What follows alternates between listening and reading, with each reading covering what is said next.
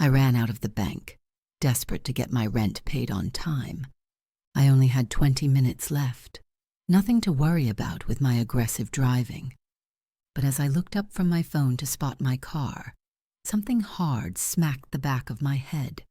I keeled over, waiting to see if it would strike again. "Hey, what the—" I stood up just in time to see a goose squawking loudly as it wildly flapped away. But the goose was not alone. It had an accomplice. I felt an aggressive tapping on the side of my leg. Something was trying to get into my pocket. What was happening? "Wait, it has my wallet," I screamed. I tried to chase the second goose, but it flapped away like the first, with my wallet clutched tightly in its beak.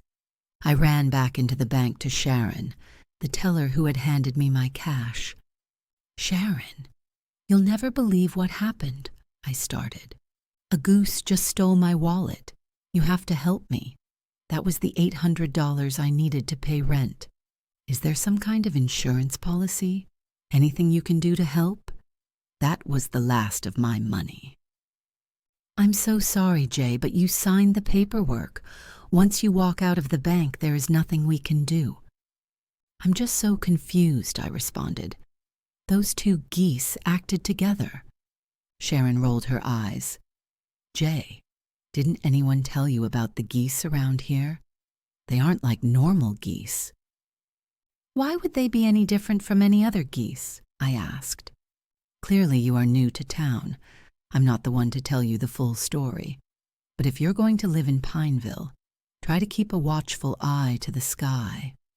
The geese are watching you." I became even more bewildered. "What do you mean? Why would they be watching me?" I asked. Again, I'm not the one to explain. But maybe I can interest you in a loan for $800. I took the loan so I could pay rent, then called my friend Bill. "Hey, Bill, you have some explaining to do. You're the one that convinced me to move to this wretched town. You'll never believe what just happened to me.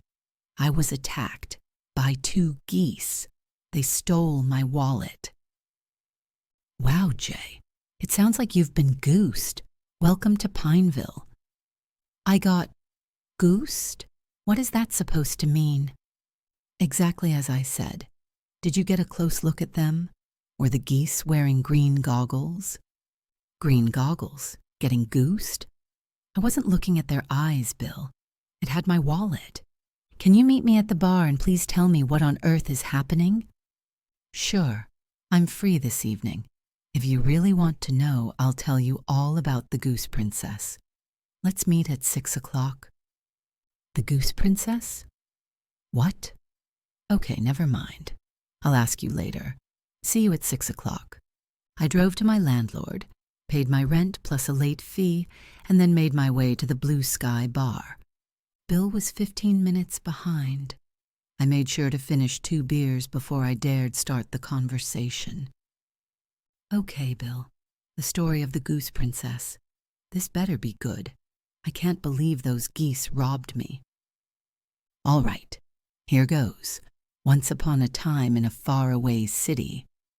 "Once upon a time," I interjected. "What is this? A fairy tale? I wasn't lying to you earlier. Those geese actually stole my wallet." "I'm not so good at telling stories, Jay. I don't know any better way to start it. So can you please just listen?" "Okay. Once upon a time in a faraway city, there was a beautiful young woman.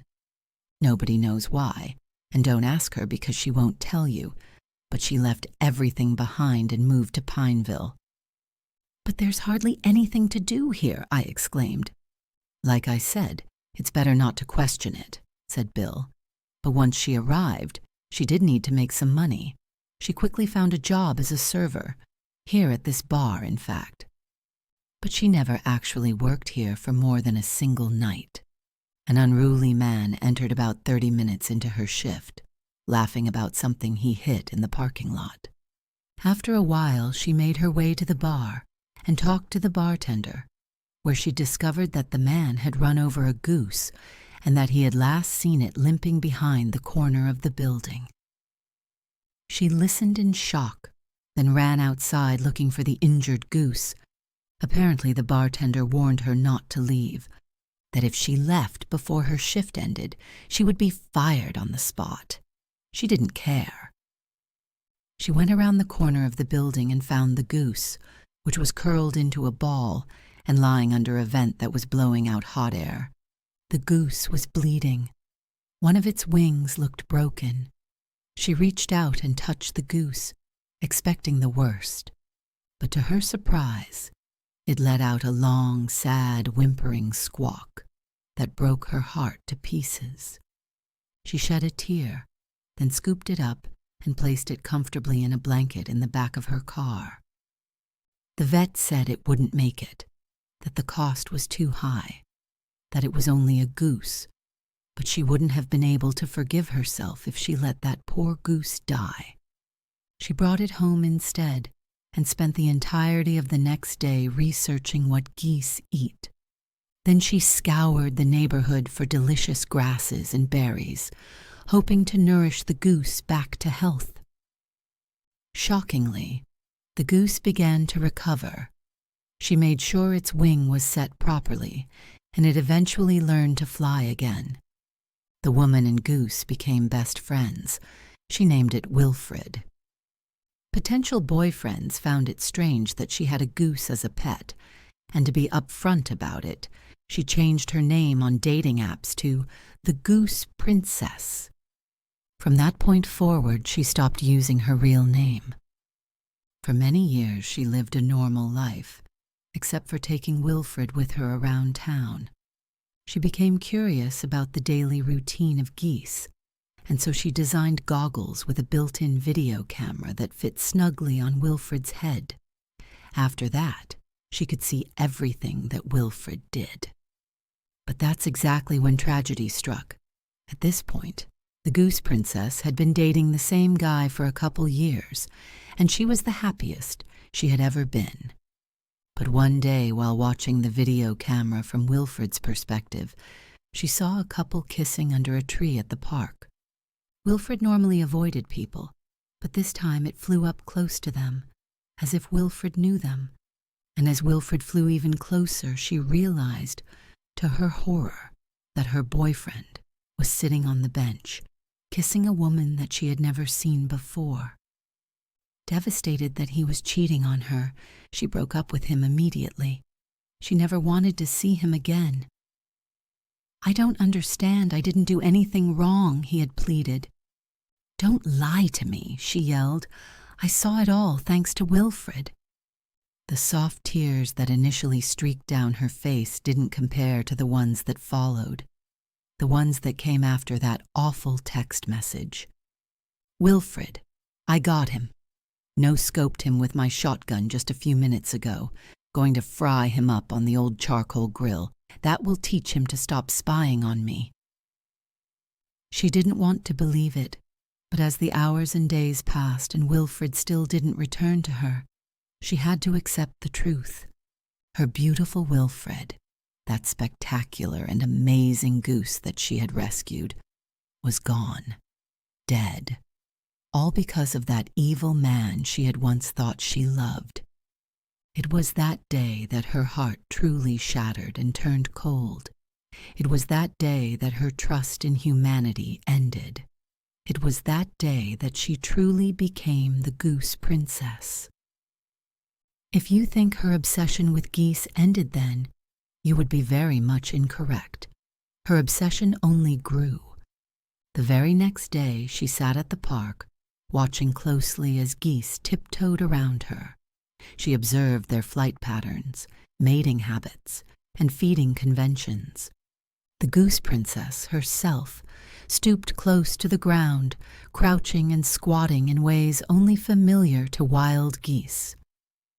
She returned to that park day after day, until she became one with the flock, tiptoeing and squawking and honking like the rest, a goose-like grin spreading from cheek to cheek at every passerby.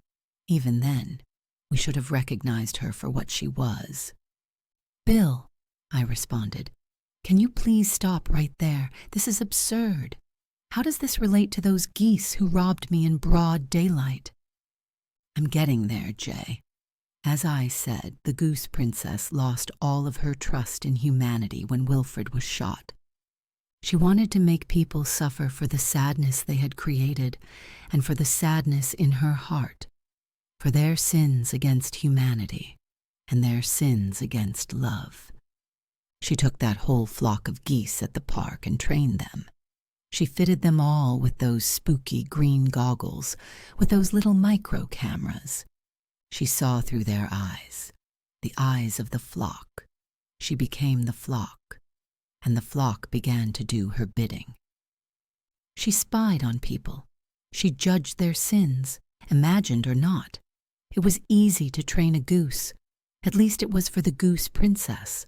A fat wriggling worm, a ripe reddened berry, or a handful of seeds was all they needed before submitting to her. They would fly where she wanted them to, spy on whoever she wanted them to, and steal whatever she wanted. Even the smallest of transgressions, she reasoned, justified a visit from her flock. As her small fortune of jewelry, wallets, and other trinkets grew, so did her desire to punish as many people as she could. That castle up on the hill, nobody really knows how she acquired it, but the previous owner was admitted to an asylum. Rumor has it that he clawed at his ears until they turned bloody, lest the geese squawk at him in his nightmares.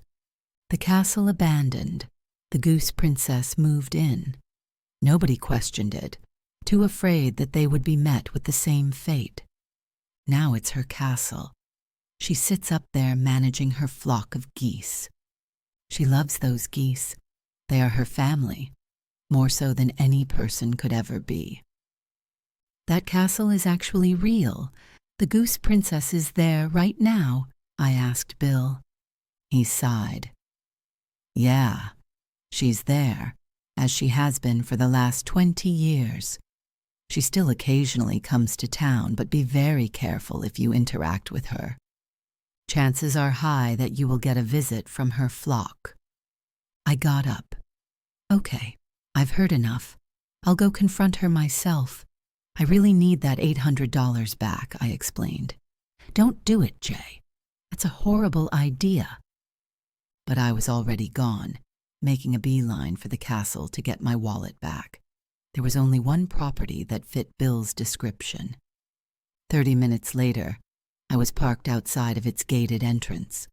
4 geese, 2 on each side, seemed to be guarding it like sentries. Get out of here, I yelled at the geese as I banged on the gate. I wasn't really expecting it to budge, and it didn't, but the geese flew away. I climbed over the gate instead and followed a winding path to the castle. The Goose Princess was already standing outside the main entrance as I arrived, surrounded by her 4 guardian geese. She spoke first. Look who we have here. Welcome home, my silly goose. Hey, I replied. I'm just here looking for my wallet. One of your geese stole it from me and I was told to look here. Yes, and that is why you are my silly goose, she said. Come inside. I don't want to bother you, I just want my wallet back. You have already bothered us. Come along inside, please don't make us wait. The Goose Princess turned around and walked through the main entrance of her castle. The 4 geese split into 2 pairs and stood guarding the doors. It was only then that I realized that all of the geese were, in fact, wearing green goggles.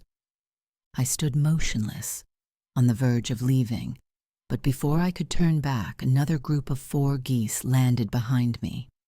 They squawked and hissed loudly, urging me towards the castle. They watched my every move as I entered the large wooden entryway. I walked along a corridor, and then into a large open room. The first thing I noticed was an enormous mosaic goose, taking up the entirety of the large wall furthest from me. It was done with so much precision and detail that it would be considered a masterpiece at any art gallery. Below the mosaic goose was a long table with enough seats for at least a couple dozen people. There were 3 people seated. "Are you impressed, my silly goose?" she started. "It took me 2 years to create that. Wilfred, my first friend of the skies, taken from us in such a horrific manner. Come join us for dinner. I'd like you to meet my good goose and my bad goose." A woman and a man who were seated at the table looked up. "Welcome, silly goose," they said in unison. "Can everyone please just call me Jay?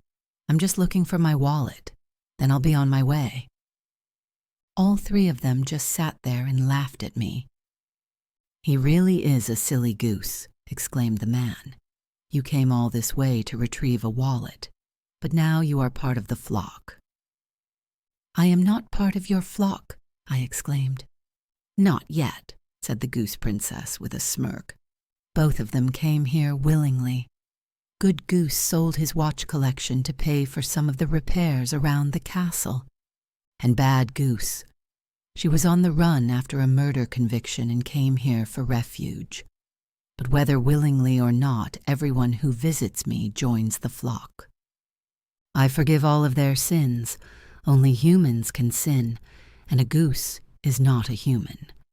I forgive all of your sins, silly goose." "Great.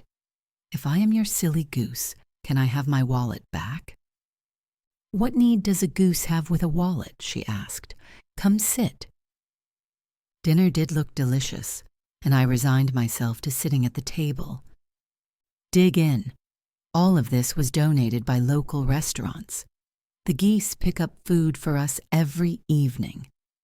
The food tasted great, and when we were all done, the Goose Princess stood up on top of the table and uttered a singular loud squawk. The 4 geese standing guard flew away and called out to the rest of the flock, which descended upon the castle. Thousands of them poured in through the entryway, the windows, and from other areas of the castle. "It is quite a coincidence you joined us today, my silly goose. We are having a celebration this evening." "A celebration?" I asked, but she ignored me. Instead, she stood on top of the table and began squawking, honking, and clucking like a goose. It must have meant something, for every single goose in the castle was alert and staring at her with their utmost attention. The closer they crowded in, the more uneasy I became. Some of the geese seemed to talk back, as if asking her questions. She answered them all in that odd goose speak. Even Good Goose and Bad Goose had a few things to say, all completely unintelligible to me. But then the Goose Princess looked at me. "Don't worry. You'll learn how to speak over the next couple months. It is a simple but deeply expressive language. If you could do me a favor now, follow Gragusalina upstairs and grab my laptop. It's a bit too heavy for their beaks." A large goose in the back gave a guttural grunt. "What are you waiting for? I need that laptop," she exclaimed.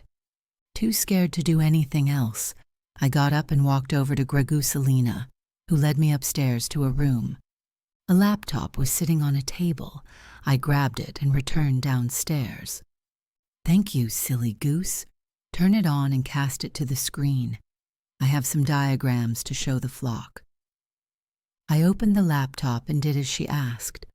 A large projector screen lowered itself in front of the mosaic picture of Wilfred, and an aerial view of Pineville filled the screen. The Goose Princess spoke a few clucks. The geese erupted with enthusiasm. Good Goose and Bad Goose were on the edge of their seats. "We are going to need your help, silly goose. We need 680 handwritten letters, 1 letter for every household in the city. We are giving everyone a chance to join the flock. We will deliver them all at once at 6 p.m. tomorrow, right after everyone gets home from work and is sitting down with their families for dinner. It's the best time to receive the good news. We used the money we found in your wallet to buy paper, envelopes, and pens. You will find them in the third room upstairs. Follow Gregusalina to your room and get started. Beekson and Mallory will work with you. Make sure to uncover the ink so that they can put a goose print on each letter. Do I have any say in this at all? I asked, in my constant state of befuddlement. She just laughed. No, you really don't. Get to work. I'll need them all done by 5 o'clock tomorrow. That gives you about 19 hours. I sighed and went back to the doorway where 3 geese were waiting. Gregusalina led the trio as they marched me back up the stairwell and into a long hallway. I was nudged into the third door on the right and found myself in a surprisingly cozy room. Inside was an ornate desk with large stacks of paper and envelopes. A pack of brand new pens sat on top of the paper. Beekson and Mallory had already started inspecting each item and squeaked at me as they nudged some unopened ink pads. I opened one of the ink pads for them and sat down at the desk. Mallory picked up a piece of paper with his beak and clucked, drawing my attention to it. It was a pre-written letter. I realized that I was supposed to duplicate it word for word, 680 times. Fortunately, it was a short letter. It read, "The Goose Princess invites you to join her flock. We offer the freedom of the skies and welcome all with open wings. Your human failures and sins will be forgiven. If you refuse, we kindly allow you 1 week to leave Pineville." I got to work. I gave up any hope of getting sleep as the hours dragged on and the geese squawked at me to work harder. As I placed the completed letters in the envelopes, the other geese placed their feet on the ink pad and stamped them. At sunup, I heard a knock at the door. It was Bad Goose. "Good morning," she said. "You are doing well. You have been accepted by the flock." She placed a delicious-looking plate of food on the table. "Don't worry, silly goose. You are safe with us here. She has great plans for us." I shuddered at her words, but accepted my fate. Pretending to be a goose for food and lodging wasn't the worst deal I had ever been offered. But as I finished writing the letters throughout the day, I couldn't help but wonder what her so-called great plans entailed. What did she want with the entire city?